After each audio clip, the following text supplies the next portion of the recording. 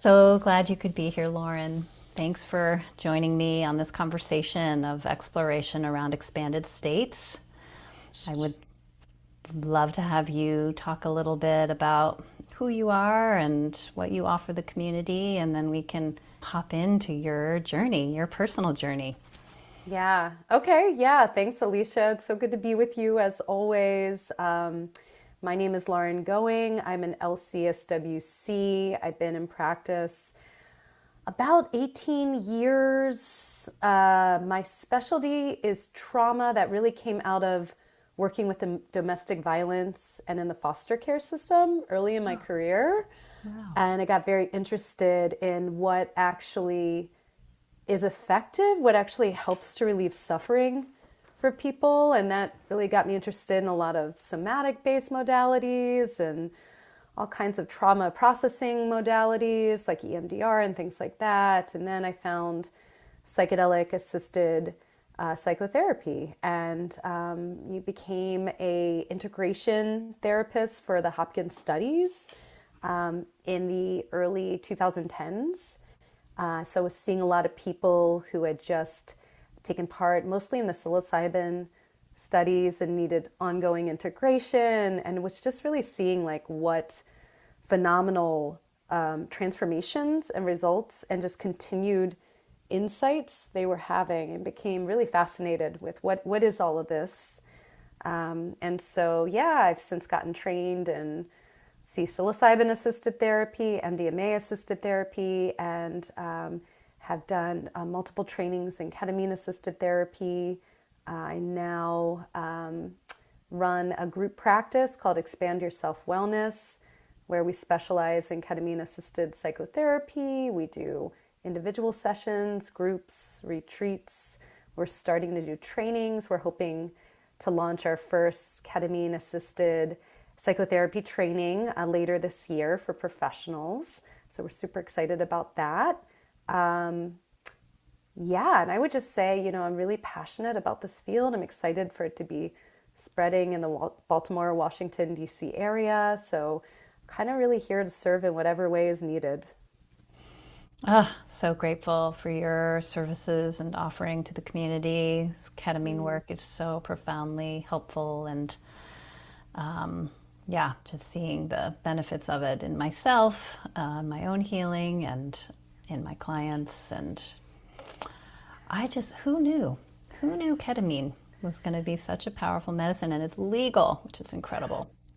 Yeah, yeah, totally. Well, I'd love to know if you're willing to share. Was there a moment, kind of a rock bottom, or a curiosity, or a calling that led you to your first experience?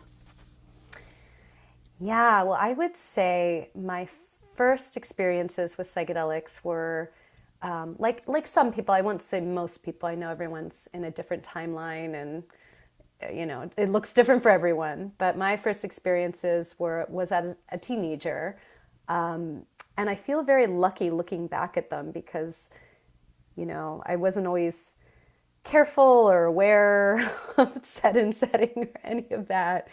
I had a friend that grew up without, she didn't have parents. She had more of a sister kind of overseeing her. Her sister was in her early 20s, so we really could do whatever we wanted there. And we experimented with, yeah, a good bit of psychedelics in our teenage years, and it was just among friends. And I feel like it really opened my mind and my heart and my way of functioning, to kind of laying the groundwork for everything I kind of explored after that. I didn't really come back to psychedelics until my late 20s.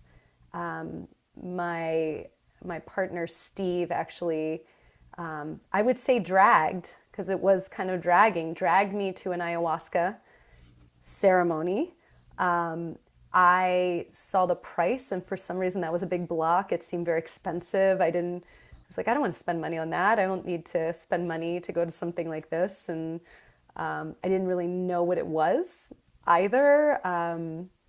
And so he insisted, there was someone coming up from Peru, that it was a rare opportunity that we needed to take advantage of, and kind of like really prodded me to register. And I did begrudgingly. And yeah, and I remember being on my way. I didn't take any of the guidelines seriously at the time. I was scared to not eat because I'm not good with fasting. So I was eating food on the way there, not knowing how disastrous that could potentially be. I didn't really come in intentionally. I was kind of like, what is this? Walked into a room. We got there late, probably because I was dragging my feet. Walk into a room of people. It's very dark. Everyone's kind of already in their space, so I didn't know anyone. And I kind of thought I was going to go into psychedelics. Had always been fun for me. They'd always been like social and fun. And this whole like darkness and sitting in our own space was just, I was like, what is happening here? But yeah, then I remember, the journey, it was kind of funny and silly to begin with. There were a lot of visuals, and then it kind of dropped into this deep pain in my heart that was completely unexpected. And I was just completely overtaken by it. And I did a lot of emotional processing. A lot came up around my Lyme's disease, which I had for most of my 20s. I re-experienced a lot of the body pain and inflammation kind of came back. Wow. And then, it was this real moving through it to having this samadhi experience, this real like experience of unity and oneness that was unlike anything I had ever experienced. It was one of the most profound things I've ever felt. And so I came out of that ceremony just being like, what was that? And it was so odd going in with very little expectations and having just one of the most, I would say, one of the most important nights of my life still. And yeah, after that, I came out of it. It piqued my interest so much. I was already a therapist, and it was always already like, how did it go right to this pain, that I didn't even know was there, and start to work with it, and then the unfolding afterwards, the just all the thoughts and the questions and the emotions that were unfolding afterwards. I just felt like it kind of unblocked something in me that was very profound. So about a week after that, I bought a ticket to Peru and went on an ayahuasca retreat and did some deep dive of studying with a teacher there. And that really opened up the work for me with psychedelic healing, both personally and professionally. Wow, what a journey. Yeah. What a journey. And the samadhi and that just the revelation of the oneness. It's life-changing to open that door. Yeah. Yes. Yeah. Yes. How did you experience, how did that inform you going forward? Just like that experience of samadhi and oneness. Where did you take that? Where did it take you? Yeah. Yeah. Oh, I would say as I know, like when you have those experiences, they don't leave you. They change you, even if you come back, and you do come back to normal waking consciousness. It's like there's a thread, it feels like, that was always there, but you can just sense it, that is tying you to the universe, to the source, to essence. So I feel like I had already been exploring practices in the Buddhist realm, some in the breathwork realm, the yogic realm, and I feel like it really just deepened all of the things I was already drawn to. It just really allowed me to form a much deeper meditation practice. It allowed my own personal healing work to go so much deeper. I think I would say one of my protectors, up to that point that I didn't even know existed, which I know is true for many people. I think many people can relate to this, is this protection of I'm fine. I'm fine. There is nothing wrong with me. I have it all figured out, and I really believed that for the most part for a long time. And this kind of took away those layers and the facades and some of that armor, and showed me that, yeah, the depth of my humanness. Yeah, and I think I would say, as I say that, it allowed the work with clients and to be much deeper, because I felt like I was meeting them. I really was in touch with my own suffering and was able to meet them. Yeah, that is such a profound orientation to come to space with holding space from a place of shared humanity. It's so important. Was there anything you had to kind of unlearn from conventional healing or the world of therapy model in order to do this work? Yes, I would say, to me, the main thing that comes to mind is, how do I even put it? It is that, yeah, I think, like, as in most psychedelic work, and I think many people can relate to, is just that kind of, where is the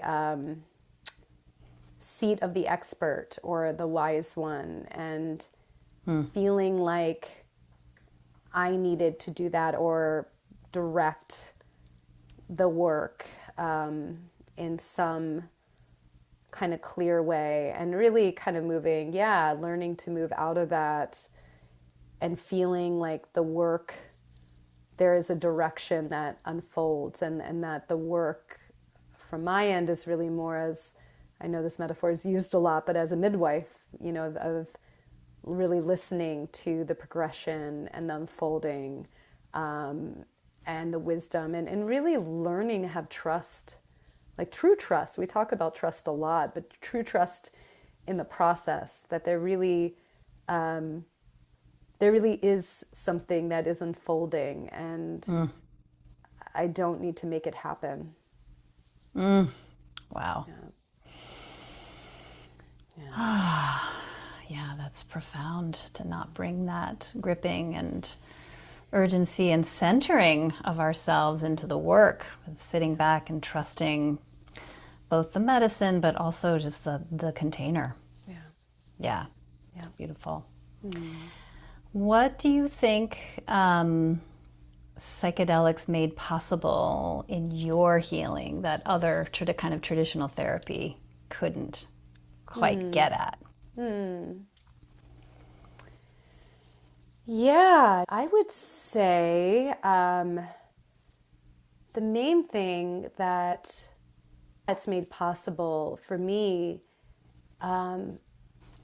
it's very simple, but I really feel like it facilitates the depth of love. Yeah. It's like, it's so fascinating with the ability to connect and attune and love another person. It's not that I've been devoid of it, or it's like it's brought it to new depths, and to really know there really is no end or limit to that. It's been really profound. Wow. Yeah. Yeah. Yeah, I relate to that deeply. This, like, remembering that this work is about love. It's about love. And yeah, before I found psychedelics, well, in kind of traditional therapy, I think there was some discomfort with love being part of my therapeutic relationships. And then discovering that, oh, it's actually everything. It's everything. It's everything. Yeah. The love is the healing. That's how we heal each other, is by loving each other. Yes. Yeah. Yes. Yeah. of, Yes. obviously the universal love. Yes. Yeah. Yeah. Yes. Yeah. Yeah. No, I can really relate to that. I feel like that is the realization that has come through so many experiences with psychedelics and very much informs the work I do and come back to that the ego will tell us it's this thing to figure out or this theory, and there's lots of great stuff to draw from, but it's really pretty essential. There's really this essential element that we can so easily just pass because that's too obvious, too easy. Yeah. Yeah. Yeah. If you could go back and tell yourself something before your first journey, what would it be?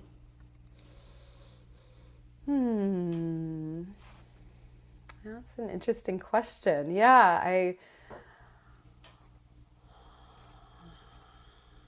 I think that, to be patient and allow things to unfold, would be a big one because it's just so easy, and I see it in current clients too, to be like, well, what was the meaning? What is the outcome? What is the benefit? What do I do with this? And realizing now, I mean, since I started exploring with intentional psychedelics, it's been about 16 years. So at this point, sometimes things take years and years to unfold, and it's not on anyone's timeline. And the more of that, yeah, kind of constricting or gripping around it, to me makes it more elusive. So Yeah. to just be patient and really trust the unfolding. Yeah, that really gets me to my next question. And I know you care a lot about this, but the integration piece and like, what does that mean to you, integration, and why do yeah, what do you think about integration and how does that work in this whole healing modality?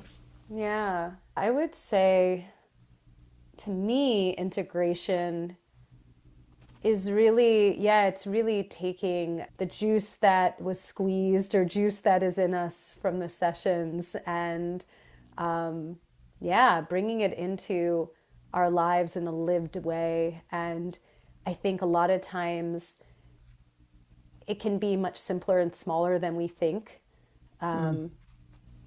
It often, I think, we connect psychedelic journeys with big and revolutionary and life changes at such a big scale.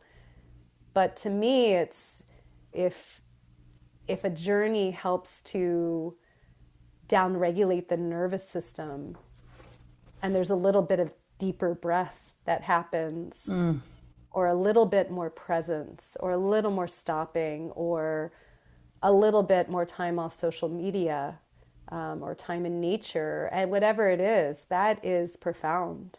These are the profound integrations. Yeah. Yeah, and I think too, it's part of that trusting the unfolding because there is an intentionality about it, but I do think what is kind of being called for naturally kind of bubbles to the surface. And so we don't need to force it either. And there we're back to that trust again. Yes. Yeah. Yeah. Allow for the unfolding. Yeah. It's beautiful. Well, I'd love to wrap up with a question around what do you wish people understood more before they pursue a journey? I would say, yeah, what I wish they knew was, yeah, that expectations really get in the way and can often limit. It's like Yeah. whatever we think it's going to be, it's just not going to ever be exactly what we think it's going to be.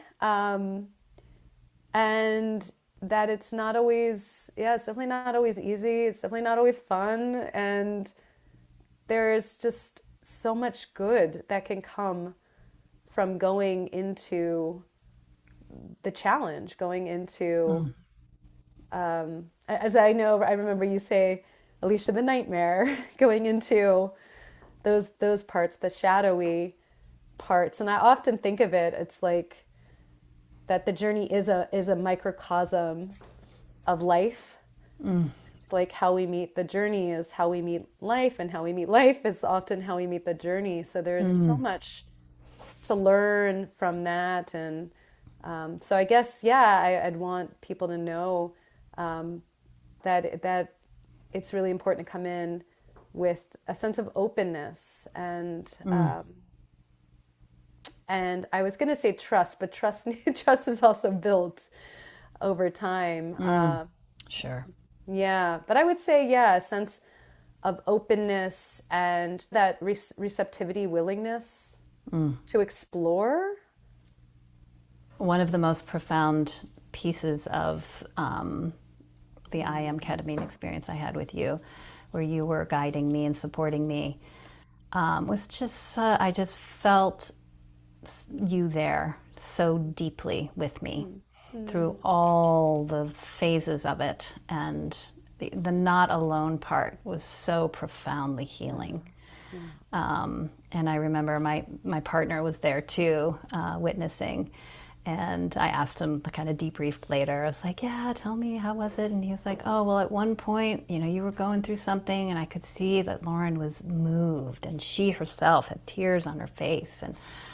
And I was like, oh, I felt that. I felt her there with me, so just meeting me in the profundity of the experience. So, yeah, just deep bow for your work, Lauren. You are a gifted facilitator, and I'm grateful to have received it. Thank you, thank you, and I'm grateful to have received it from you as well. It's really really a profound thing to exchange sessions like that and go to those spaces with someone that's trusted. Yeah, yeah, I'm Yeah, grateful that we had the opportunity to trade our work with each yeah, other. Really yeah, sweet, really yeah, sweet. yeah. Is there anything else you'd like to share about your work, or like an upcoming training or an upcoming offering that you'd like to name?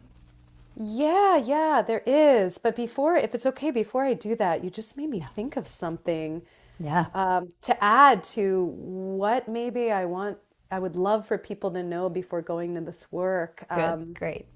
Is just, yeah, just that this work can really get to the pre-verbal, the I'm not able to remember the pre-memory of at least a conscious memory. Yeah.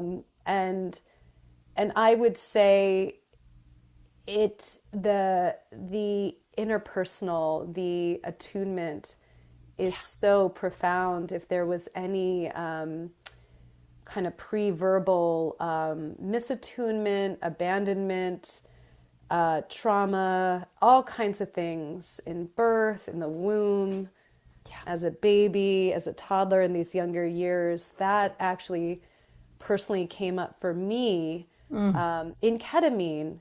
And I think specific to ketamine, that kind of confusion of the dissociation, the kind of state that it takes you into. I think for me, I was left as a baby often, and it kind of brought me back to that. And actually, I noticed in ketamine, unlike any other thing, I always need a physical touch, someone to touch, and that has been so healing. So yeah, when you were saying about the attunement, it really made me think of like how profound that is, and how profound that substance in particular is for There this early is childhood wounds. there is something particular to ketamine that is very woomy and very pre-verbal, Yeah. and there's something that it does to time and space, the distortion and the like waves, like part of it, where you just have a sense of being in this like water body, and it is so profound. Yeah, I've had some big healing around early material come up in ketamine.